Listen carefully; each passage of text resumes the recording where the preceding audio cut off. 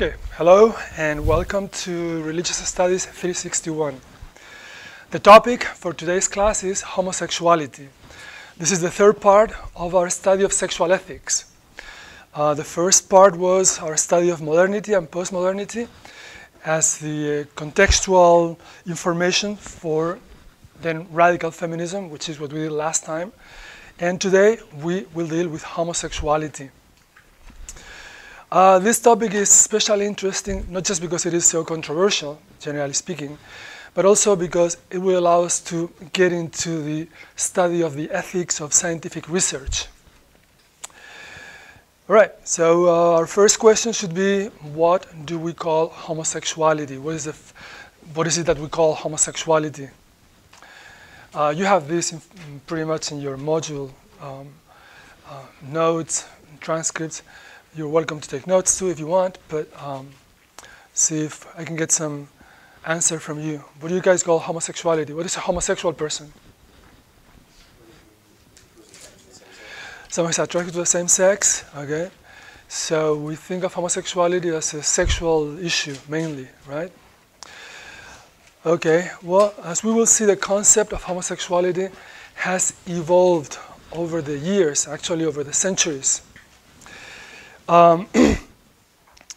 Before the mid-19th century, homosexuality was conceptualized pretty much as a moral issue exclusively, as a sin.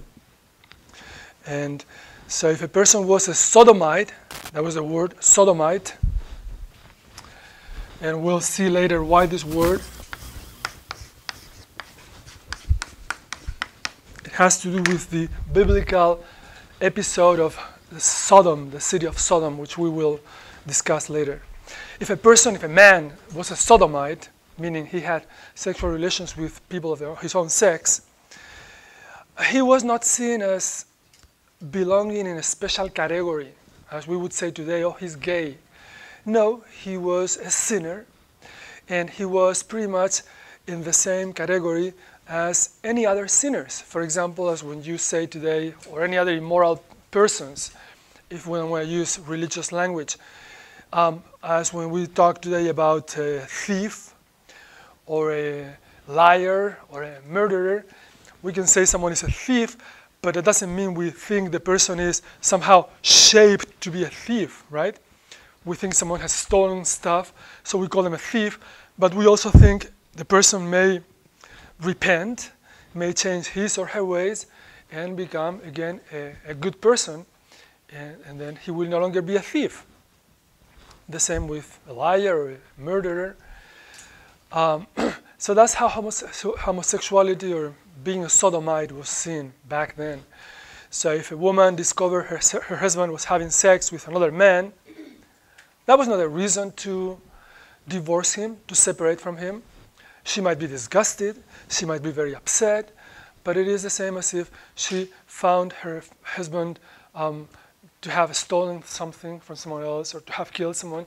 She may have been really upset, she might have thought, but that didn't mean that placed her husband in a special category. Okay? Now that changes in the mid to late 19th century in the German-speaking world, where homosexuality begins to be conceptualized as a medical issue, as a medical problem. And with that, this is what we call the medicalization of homosexuality. Now, this medicalization of homosexuality will continue all throughout the rest of the 19th century and the 20th century until the late 20th century, really.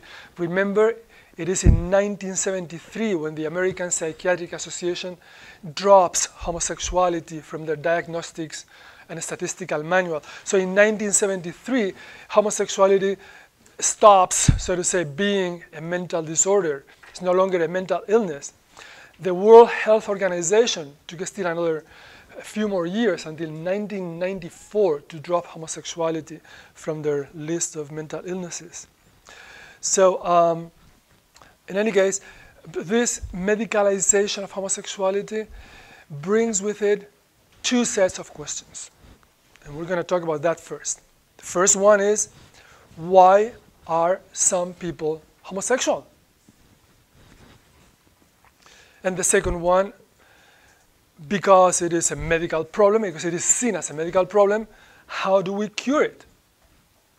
So we're going to start with these two questions. Okay?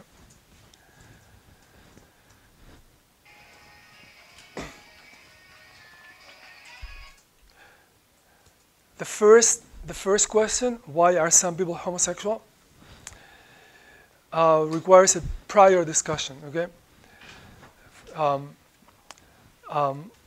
Concerning the very word homosexuality. The word homosexuality is a hybrid, a Latin-Greek hybrid, strange combination. You usually get a word made up of Latin roots, but Greek-Latin is quite a strange combination. This homo in homosexuality has nothing to do with the homo or homo sapiens. You know, the expression homo sapiens, the man who knows, the knowledgeable man, homo sapiens. No, this is Greek homo. In the case of homo sapiens, it means, the homo means man. In homosexuality, it's Greek homo, which means the same, as in homogeneous. And then that's Greek, but then sexual is Latin. In reality, the Greek part should be genius. The word genus in Greek means gender. That's where we get the word gender, and you get the word homogeneous. In reality, homogeneous and homosexual are the same word. Just that in homosexual we get sexual from Latin, and in Greek we get genius. But they really mean the same, okay? And we also see the power of words. Just the way in which the issue is presented, the very word, will make us think that it is above all, substantially, or perhaps exclusively, a sexual problem. That's why it's called homosexual. And we will see later how this brings another set of questions and issues and problems. Because today homosexuality is no longer conceptualized as a sexual thing. Rather, it is seen as a whole orientation of the personality, one of whose expressions is sexual, but it isn't just a sexual thing. That was part of the problem with the medicalization of sexuality. So again, let's go back to the original questions. Why are there some people who are homosexual? Why are some people homosexual? That was a question which obsessed medical doctors and society throughout the 20th century. Well, the question is a mistaken one. That's the problem. The question is erroneous. Why is the question a mistaken one? Why is that question erroneous, mistaken?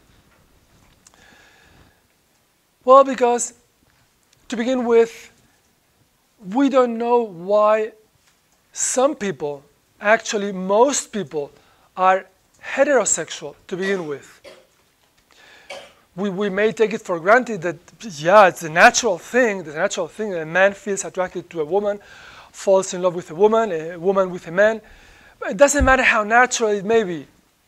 What is it that causes a man to be attracted to a woman or to want to have sex with her, or a woman to a man? What is it? We don't know. You may be surprised. I was surprised myself when I first thought of it years ago. I said, well, we don't know. We don't know. We don't even have a hypothesis, not even a theory, nothing. We know hormones may increase your sexual desire. That's all. You may inject hormones, male hormones, on a gay man. That won't make him straight. It will make him want more sex with other men. It will make him grow hair. That's all. That's all that happened. Now, what is it that makes this guy to fall in love with his girlfriend? Well, you may open his head and look into his brain, and we don't know. Is it some liquid in there in his brain? Is it some neurological tissue, some neurons? We don't know. To your surprise and to our surprise, we don't know, and we have no idea. Not even a hypothesis. Shouldn't we know that first? Even if there were no homosexual people, shouldn't that